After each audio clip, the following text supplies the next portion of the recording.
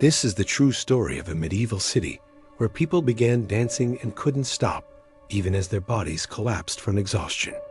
No music, no celebration, just movement that refused to end. Imagine the summer of 1518.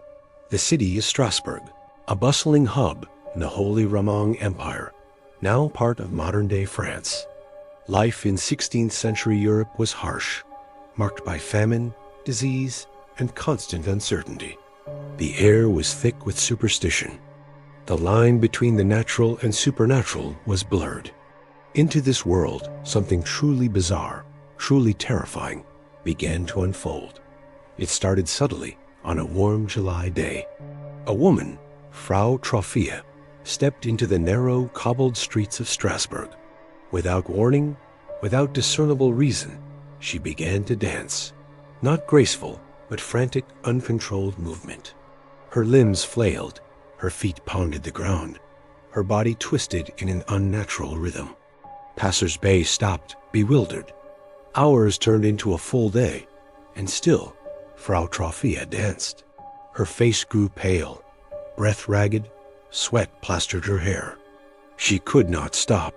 The sun set and rose again, but the relentless rhythm of her feet continued for days. Her body showed signs of extreme exhaustion, yet the compulsion to move was stronger. Crowds gathered, fear spreading. A silent question hung in the air. What was happening to Frau Trophia? And could it happen to them? The answer, terrifyingly, was yes. Within days, the inexplicable phenomenon began to spread. One by one, and in small groups, other citizens found themselves compelled to join the involuntary dance. A baker, a merchant, a young mother. People from all walks of life were caught in this bizarre affliction.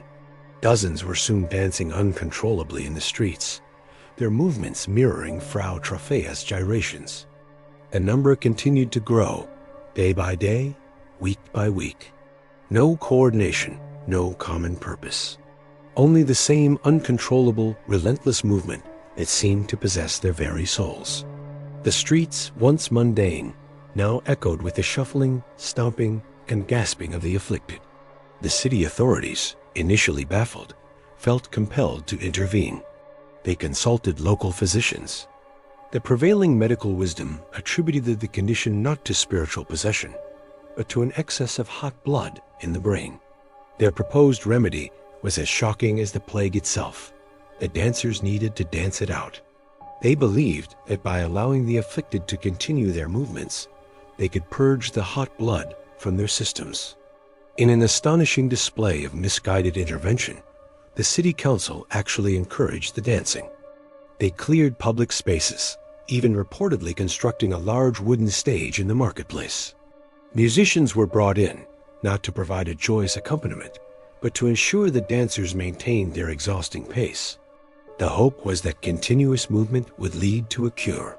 Instead, the situation worsened dramatically. The constant rhythm of the drums and pipes, meant to aid recovery, only seemed to fuel the frenzy, drawing more people into the terrifying spectacle. The consequences were horrific. The dancers, already pushed beyond human limits, began to collapse from sheer exhaustion. Reports describe scenes of utter despair, individuals succumbing to heat stroke, their hearts giving out from the strain. Some accounts suggest that dozens, perhaps even hundreds, died during the height of the plague. Yet even as bodies were carried away, new individuals continued to join the macabre dance. The cycle of compulsion, exhaustion, and collapse seemed unstoppable, a grim, relentless ballet of death. The city was gripped by a terror far deeper than any conventional illness, a fear of losing control over one's own body. Panic and confusion reigned supreme in Strasbourg.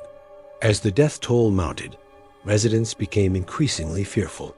The initial medical explanations gave way to more desperate, supernatural theories. Religious explanations emerged, painting the plague as divine punishment for the city's sins, a manifestation of God's wrath. Others whispered of demonic possession, believing that evil spirits had taken hold of the dancers. Some feared a curse, a dark magical affliction that had befallen their community. The city's spiritual leaders struggled to provide comfort or answers, their sermons filled with pleas for repentance and desperate prayers. The very fabric of society seemed to unravel as fear and superstition took hold, and no one could truly understand what was happening.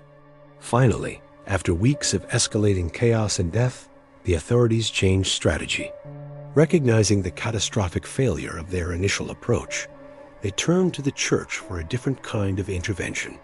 The remaining dancers were transported to a nearby shrine dedicated to Saint Vitus, a saint invoked against nervous diseases. Here, away from the maddening crowds and relentless music, a new approach was taken. Religious rituals were performed, prayers were offered, and in a symbolic gesture, the dancers' shoes were removed.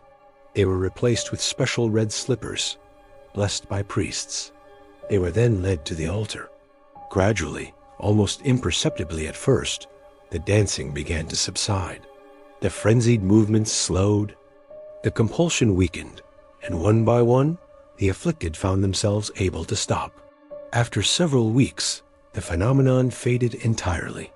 The outbreak ended as suddenly and mysteriously as it had begun. Survivors, though physically weakened and traumatized by their ordeal, slowly recovered. No clear, official cure was ever documented, only the cessation of the inexplicable compulsion. The city breathed a collective sigh of relief, but the memory of the dancing plague would forever haunt its streets. In the centuries that followed, historians, scientists, and medical professionals have grappled with the enigma of the dancing plague of 1518. Numerous theories have been proposed, each attempting to shed light on this bizarre chapter of human history. One prominent theory suggests mass psychogenic illness, often referred to as mass hysteria. In times of extreme stress, collective psychological phenomena can manifest as physical symptoms, spreading rapidly through a population. The conditions in 16th century Strasbourg, widespread famine, rampant disease, and immense social pressure, certainly provided fertile ground for such an outbreak. Another theory points to the possible ingestion of toxic substances, specifically ergot fungus. Ergot, a parasitic fungus that grows on rye and other grains, contains psychoactive alkaloids similar to LSD. Consumption of ergot-contaminated bread could have induced hallucinations, convulsions, and involuntary movements. However, while ergotism can explain some aspects, it doesn't fully account for the specific, prolonged dancing compulsion. No single theory fully explains all the details of the dancing plague of 1518. It remains one of the strangest, most unsettling recorded events. It was documented by physicians, clergy, and city officials, leaving behind a chilling paper trail that confirms its terrifying reality. A city in the grip of something invisible, bodies moving without control, and a silence where answers should be. They danced for days, some until they collapsed. And even now, no one can say for certain why it began or why it stopped. The echoes of their frantic steps still resonate through history, a haunting reminder of a time when the human spirit was pushed to its absolute limits by an unseen force.